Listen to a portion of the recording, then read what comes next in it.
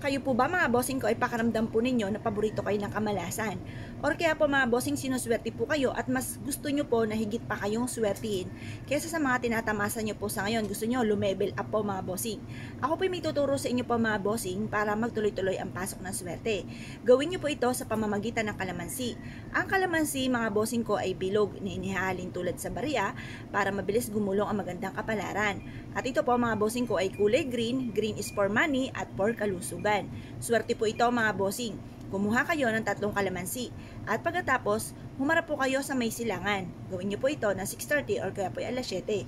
At pagkatapos mag-wish ka mula sa inyo pong puso, temtim na panalangin. Magkaroon ako ng lahat ng mga bagay na aking pinapangarap. Or kaya po ay magkaroon ako ng negosyo na dito na ako yayaman.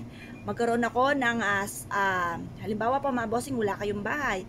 Magkaroon ako ng sarili kong bahay. Pero syempre, ito po yung mga wishes lamang, kaya lulubos-lubusin nyo na. Ang wishes po ninyo, magkaroon ako ng isang napakalaki at napakagandang bahay. Pero syempre mga bossing ko, lagi nyo po tatandaan. Kung tiripik ang pangarap, ay tiripik din ang pagkayod.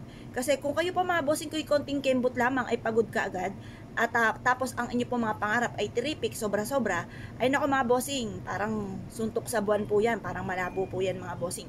Kaya kung kayo po marami po mga pangarap sa buhay, marami rin po ang pagkayod. Ngayon po mga bossing, sasabayan natin ang mga pampaswerte ng pantaboy ng mga kamalasan.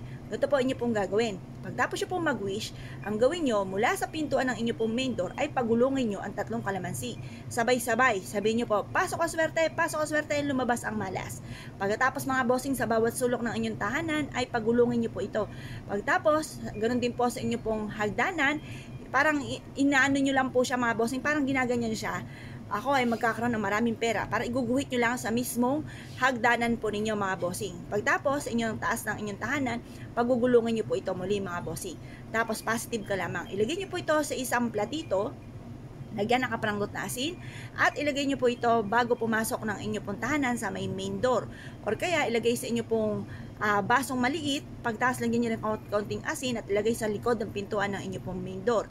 Depende kung saan nyo siya gustong ilagay mga bossing. Or pwede rin naman ilagay nyo ito sa ilalim ng inyong pong higaan. Ang dulot po nito ay swerte.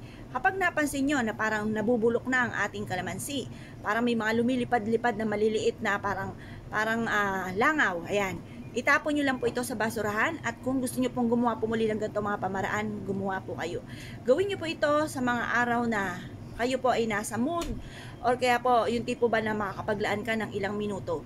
Kung kayo po naniniwala at naisyo po itong gawin, matapos ito yung gawin mga bossing ko, i-mindset nyo na kayo magiging matagumpay, lahat ng mga pangarap po ninyo ismit nyo po makakamtan, walang imposible, lahat ng mga pangarap po ninyo ay ismit nyo po itong makakamtan, lalo na itong taon na ito mga bossing, at sabihin nyo po, yayaman ako at magiging matagumpay, lahat ng mga pangarap ko ay matutupad, lalo na itong taon na ito. Kaya kung kayo pinaniwala mga bossing, ay subukan nyo na po ito at i-mindset nyo na simulan na ito ng tagumpay po ninyo at dagdagan lalo na sipag at tiyaga. Kung kayo pinaniwala mga bossing, good luck po sa inyo po lahat.